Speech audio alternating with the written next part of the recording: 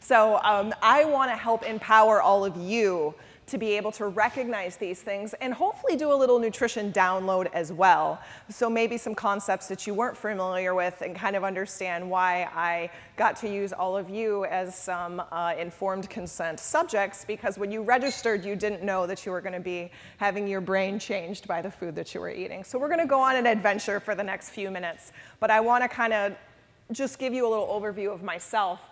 So I started out, I am trained clinically on the East Coast as a dietitian. I practiced on the West Coast as a psychiatric dietitian in all levels of care, inpatient, outpatient, residential. My specific area of specialty is adolescent mental health, eating disorders, psychosis, depression, you name it. There wasn't an issue that I wasn't on a unit dealing with. And then I do research in the Midwest. So other than not knowing what time zone that I'm in and kind of where I'm gonna be, there's a lot of cultural issues that I've observed being on all different areas of this country, but there's also very poignant and direct things that we all can do, which is help people learn how to feed themselves better. And if we know how to feed ourselves better, then we can have a brain that's functioning much better. So now food, I essentially see it as kind of the center of the universe, not only because I love to eat food, but I think it's something that we have to do as human beings every day to be our best versions of self.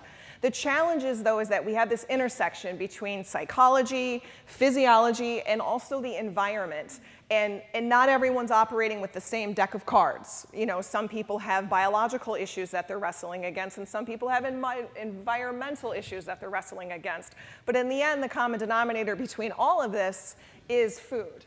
Now, the thing about food is that why you eat what you eat is very much determined based upon your attachment. It's one of the areas that I'm beginning to research a little bit more about, is how those stories and those schemas that we have that develop very early on in our lives, how they actually influence what we eat. And then even more so is that the people that we surround ourselves with influence what we eat. You know, so if you can think back to dinner last night, either here or in another location, did you pace yourself based upon how fast everyone else at the table was eating? Did you look over at someone and say, well, they ate that chocolate thing, so I'm going to too. You know, so you want to think about how that these environmental connections that we have with food, that influences what we do. And we just, you know, Daniel just spoke a little bit about the power of community that very much relates to how food intersects with mental health. This community that we have around us, if we have a community of individuals who do not value feeding themselves, that's going to perpetuate and continue to show that the malnutrition that is often accelerating these mental health issues is only going to get worse. So what I want you to really think about in the next kind of first part of this, which is going to be a little bit of nutritional neuro download for all of you so that we're speaking the same language, is I just want you to keep in mind that we all are very different in our brains, and that, you know, primarily the hypothalamus is the main region in our brain that's regulating hunger, it's regulating satiety, but whether or not your ventral medial hypothalamus or your lateral hypothalamus has a greater propensity towards taking food porn on Instagram, or whether or not you want really good tasting food, that's a very individual and a very biological thing. So there isn't one treatment that's going to fit everyone. And I don't want you to think that this is the sole answer for mental health. Sometimes my ego and my narcissism has a tendency to think that it is. But this is a common, low-cost, environmentally, socioeconomic, across-the-board treatment that we are not taking advantage of. And it is incredibly powerful. And I'm hoping by the time that I'm done that you're like, I am going to eat in a way that changes my brain every day. Now, before we get into that, I needed some friends to maybe lighten the mood a little bit. We're all hungry, our glucose is dropping a little bit. So I wanna have some friends of mine help us understand how we as humans really look at food. And right now, this is kind of how I see food, is like these intersections of all these different messages and all these different options that we have. But what really comes down to it is we have to have some agency and we have to have some choice. So my AV friends here are going to play a video for us. The human mouth is called a pie hole. The human being is called a couch potato. That is the device to summon food. That is one of the many voices of food. That is the portal for the passing of the food. That is one of the many food transportation vehicles. Humans bring the food, take the food, ship the food, they drive the food, they wear the food. That gets the food hot. That keeps the food cold. That, I'm not sure what that is. What do you know? Food! That is the altar where they worship. Food. That's what they eat when they've eaten too much food. That gets rid of the guilt so they can eat more food. Food, food, food, food, food! So, you think they have enough? Well, they don't. For humans, enough is never enough. And what do they do with the stuff they don't eat? They put it in gleaming silver cans just for us. Dig in! Mm-hmm. Good, isn't it? Oh, wow. And that's a diaper. And that does come out of a wazoo. So, what do you think? Was I right or was I right? And these things are just the scraps. Where do you see what comes in the boxes and the packages and the cans? I'm telling you, folks, you stick with me, and in 1 week we will gather enough food to feed a bear. What? Just a figure of speech. That's good. So there's more to this story, and if you guys ever want to watch this movie, it's one of my favorite movies because it's obviously all about food, but it's called Over the Hedge. It was, I think, 2006, 2007. But the reason why I wanted to show that is because this really is the reality of our lives. Like, we spend every single day thinking about food, talking about food, exercising off food, but yet one of the things that I was very blessed and honored to give a TED Talk about is how we are not conscious of our food. Like, at all. Like, we are not conscious of what we do. We are reactive to food. We're like, oh, I ate this, now I need to do this, and then I need to eat this. But we don't take a look at our calendars and see what we have to do and then say, what do I need to give my body in terms of fuel in order to accomplish this task? And this is one of the things that I want to shift in you. I want to shift that there are no limitations in what you can actually achieve, not only with your brain from amazing technologies, but with this awesome body that we walk around in on a daily basis. But we have to have consciousness of what we're putting in our body so that it can perform to our biological and environmental capacities. Now, you guys didn't know, but we were going to have a nutritional biochemistry lesson today, but we have to. In order to talk about food, we have to go into chemistry. I love chemistry. I was that student who was like, ooh, more organic chemistry, please. And I'm going to make it practical for you because it is one of my gifts is to be able to translate scientific knowledge into fun things. And so I want to take you on a little adventure. So basically, this is the whole fireplace of our system. So this is called the metabolic cycle, and there's 3 phases in this. There's only 2 shown here, but we have the first one. Do I have a laser? No. Oh, there we go. So up at the top, the first one is where we take carbon, and that's what we eat. So every single day, when you put food into your pie hole, as the raccoon informed us, you are taking carbon in your system, and we run on carbon.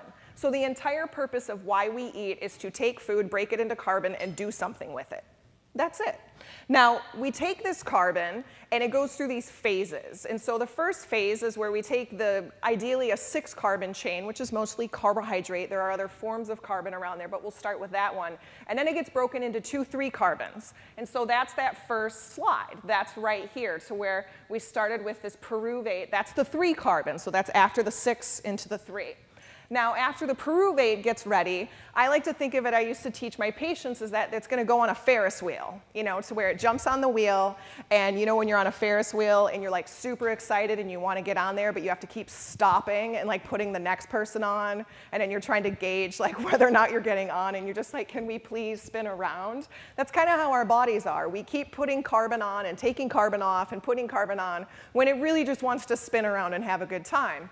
Now, that second phase, this Ferris wheel, is called the Krebs cycle. And that part is where a lot of our vitamins and minerals come in. The vitamin and minerals is sort of these people who open the door and shut the door, and open the door and shut the door, and let people on and let people off. But if you don't have those vitamins and minerals, then you're stuck up at the top of the Ferris wheel and you can't go anywhere. That's the reason why we eat fruits and vegetables. It's to make your Ferris wheel work.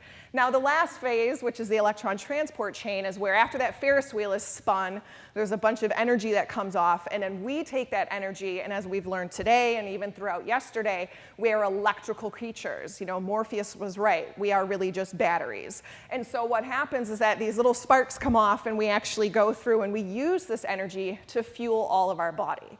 So now you understand nutritional biochemistry and electrical physiology. Ferris wheels, breaking down, and sparks and batteries. That's all you need to know.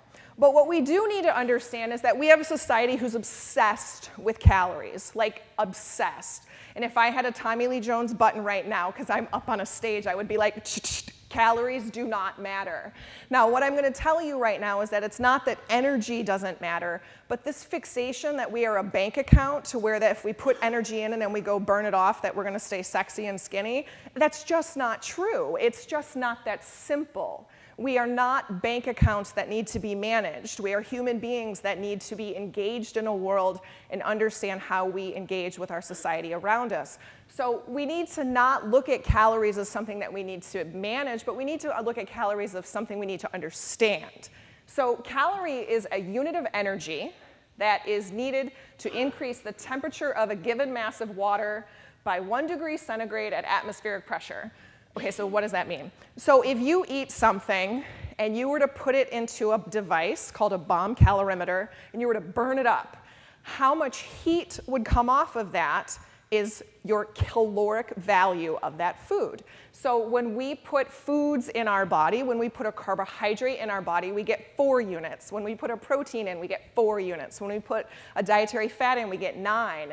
And that's the reason why back in the 90s, fat became the devil, is because we're like, ooh, we need to lose our weight, and we think we're a bank account, so let's get rid of fat, and then we have less calories going in.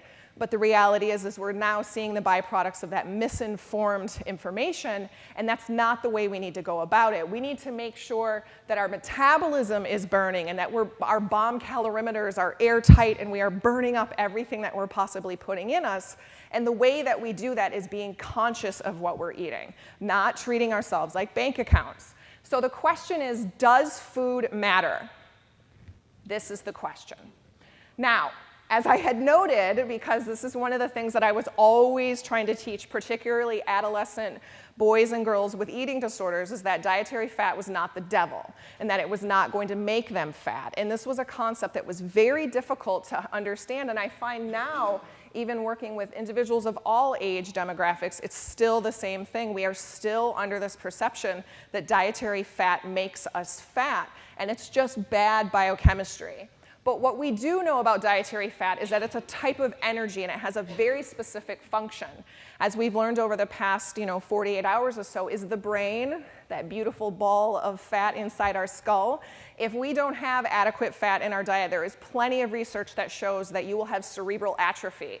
In normal worms, that means your brain shrinks. You not eating enough dietary fat is actually shrinking your brain. So we need to make sure that we're consuming adequate fat. Dr. Hiblin spoke yesterday about omega-3s versus omega-6s, and we can't get into the nuances of things, but if you understand this concept of that fat and specific nutrients are not the main picture that we need to look at, we're all as a society going to have much better mental health. Now, the big thing about lipids or fats or triglycerides or pumpkin seeds or whatever you want to call them to help yourself eat them is that we have 4 specific vitamins, A, D, E, and K, that are only absorbed in dietary fat. So these are very important vitamins. They help that Ferris wheel move, and vitamin D in particular has been clearly linked to mental health issues. We need to be mindful of that dietary fat intake is something that could be a variable why we're having some mental health problems.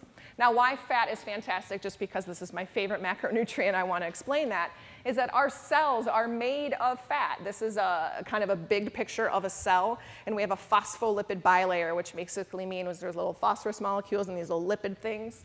And what happens is that this is the structural matrix of our cell, but even more importantly, this is the composition of the myelin sheath around the neuron. And I like to think of the myelin sheath as a North Face coat. You know, if you go out into the world and you have a North Face coat on, you can do anything, even if you are in Alaska or Antarctica or any other coat. But if you take that off, you're frozen. And that is often what happens in clinical presentation when there is inadequate fat. I watched it where people are frozen. They get frozen in a mood state. They get frozen in anxiety. They get frozen in paralysis. And that can be due to the fact that there is no fat on that neuron, and that neurotransmitter cannot flow. Now, carbohydrates are just a simple and fancy word for sugar. That's it. They're not bad. We don't need to get into this as well. They are sugar. Our brain runs on glucose. Yesterday, we learned 50% of the carbon in the form of carbohydrates that you take in gets burned up by your brain. Now, carbohydrate digestion starts in the mouth. And so one of the things that I would always observe from a clinical standpoint is that people who had these cravings for sweets and things like that, often it was because the brain was trying to get sugar as quickly as possible. And when you get that glucose, that really refined sugar, tongue, right there. It's really quick. It's a fast access through the vagus nerve. So we need to be mindful, and we can look at kind of what your patients are eating and what they're doing. If there's someone who's, you know, now eating candy all the time and this isn't normal behavior for them, that's a signal for you that there might be something going on with their carbohydrate metabolism. Their Ferris wheel might be broken. They may not be having enough vitamins and minerals. There's a lot of variables that you want to take in. Now, protein, as I used to teach the kids, was anything that walked, ran, or swam, or something that came from something that walked, ran, or swam. But we do have plant-based sources as well, and you guys are going to get a chance to try some of those, maybe different plant sources that you're not familiar with. But everything about our body is made of protein. We have 20 amino acids that sort of come together in a beautiful picture. These are our different amino acid piles. And I like to think of these as recipes. I like to cook. I like to have a good time. So whatever mood that you want, if you would like some happy mood or some sleepy mood or some slow down mood, all the protein that we consume goes in and makes these amino acid recipes. And so protein is something that we also need to take a look at, is that we need to make sure that the recipes are moving in the right direction. So hopefully if I haven't convinced you enough that food actually does very much impact the brain, we break it down into fat, carbohydrate, and protein.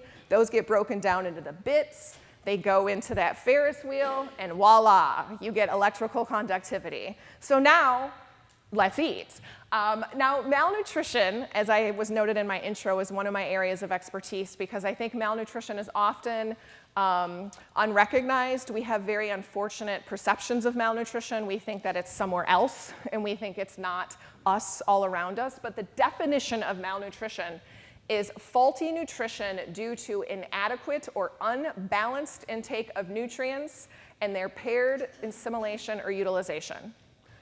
Basically, that's all of us, because no one's perfect. And so we are ultimately running on some degree of malnutrition. Almost think of it as inflammation. There's various degrees of inflammation, and there's various degrees of malnutrition. But here's a really key point about that definition. I'm going to let you guys read it for yourself, and I'm not going to read it to you.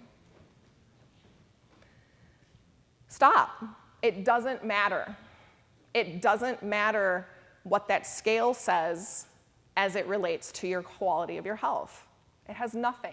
You can be overweight and malnourished, you can be underweight and malnourished, you can be normal weight and malnourished. And this is one of the things that we need to help people understand, because if we move beyond this, we're gonna be able to see all of the malnourished patients that are around us and all how that malnutrition is negatively impacting their mental health. And if we can do that, there is a cornucopia of people like me who are amazing registered dietitians, and I'm gonna tell you at the end of how to find us, because we are kind of unicorns floating through the world and no one really knows that we exist.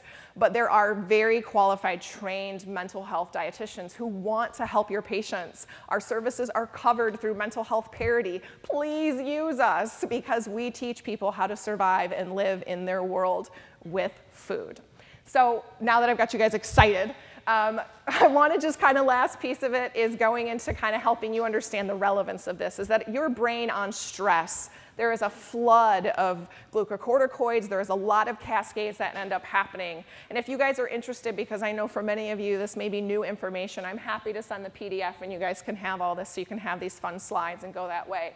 But what I want you to understand is that when our body is under stress, we have craving changes, specifically due to glucocorticoids, that increase our craving for salty, refined carbohydrates. And the reason we want that is we want our brain to run faster, and we need the sodium to fire an action potential. It's basic biochemistry. This isn't wizardry. So when you want to have like pretzels and tortilla chips at 2 in the morning, it's not because there's something wrong with you. It's you're stressed, and your brain's trying to survive. Now, neuroinflammation is sort of analogous to like the festival of free radicals, you know, so we have all this inflammation, a lot of imbalances, a lot of different things that are happening in our body, but the only way for us to really understand how to pinpoint that is you need to have someone who's an expert, who's able to help understand the connection between food and the body. But what we do know is that the faster the brain is burning this energy, the more byproducts there are. That's not a problem, that's just combustion. Like that's a normal process of metabolism, is you give off smoke and you give off waste. So what do we do to need to optimize the brain? We need to increase our function without additional oxidative stress, and we also need to get an oil change on a regular basis. We go get our cars having an oil change, but we don't change our brain oil. We eat the same thing every day. We eat a bunch of things that are processed and fried over, but yet we don't think about, oh wow, I wonder if I should have some fish, or I should have some omega-3s or something, because we learned how valuable those are for the brain. So now what we need to do is we need to get out of the box. And we need to start thinking a little bit differently. And actually, the irony of the fact is that our lunch is in a box today, so it's kind of funny. But what we're going to do is we're going to focus on food, and we're going to recognize that the blend of nutrients and the types of foods that we're eating actually matters more than the calories. It's not about the numerics. That the color of what we eat matters, because we have photosynthesis happening, and there's certain pigments that we know helps our body in specific regions. We know that there's research that shows that lycopene helps prostate cancer in men. We know that anthocyanins, which is in that blue and purple region, helps with dementia and age-related issues in elderly and all other people with cognitive decline issues. So we know that these things exist, but yet we don't consider that it's really powerful. It's like in theory, but it's not really powerful. I'm telling you, it's really powerful, and we can do this, and we can go forward. So here's your nutritional warriors to pay attention. I have 3 that I want you guys to really be mindful of as you walk out of here. First of all, unsaturated fatty acids. We learned yesterday, omega-3s, they are absolutely phenomenal for mental health transformation. What they do, myelin, cellular integrity.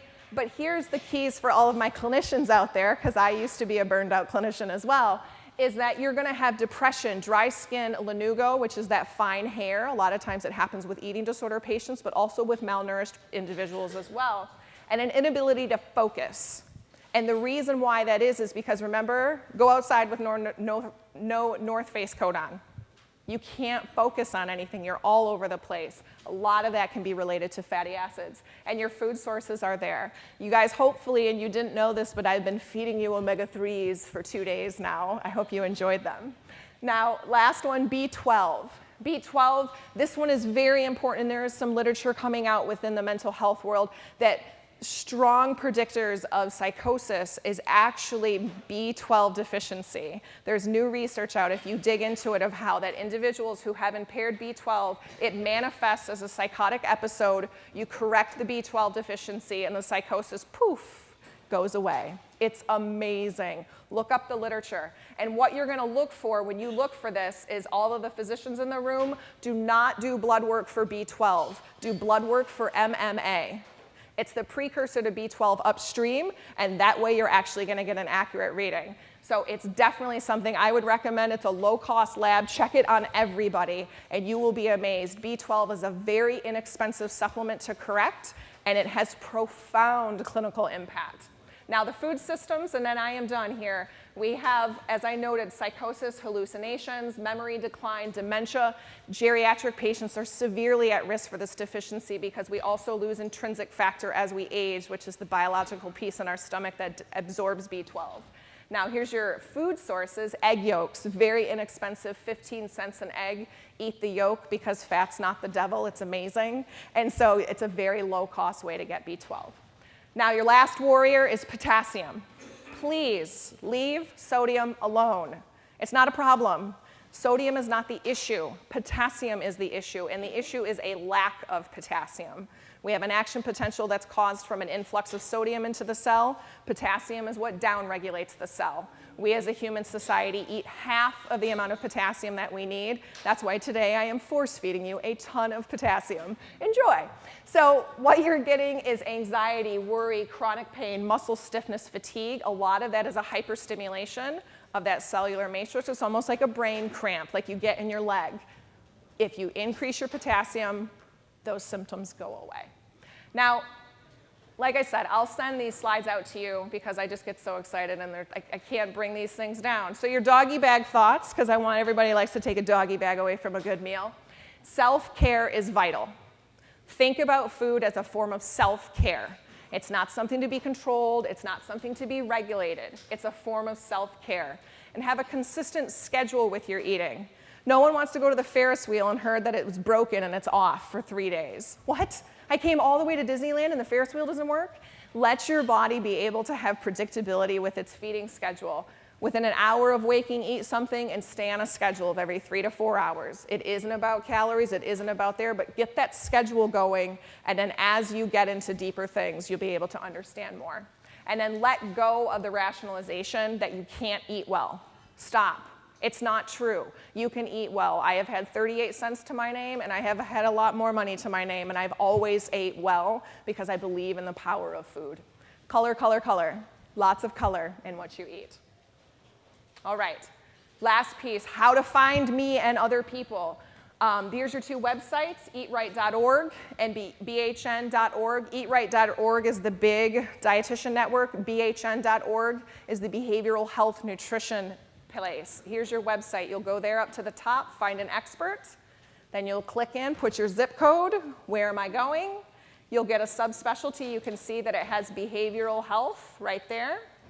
Click. There's all your dietitians. So enjoy. Please use us. We love helping people. We love eating, and we love teaching all of you how to eat well and feed yourself as well, too. So thank you to the conference here, and I appreciate your time.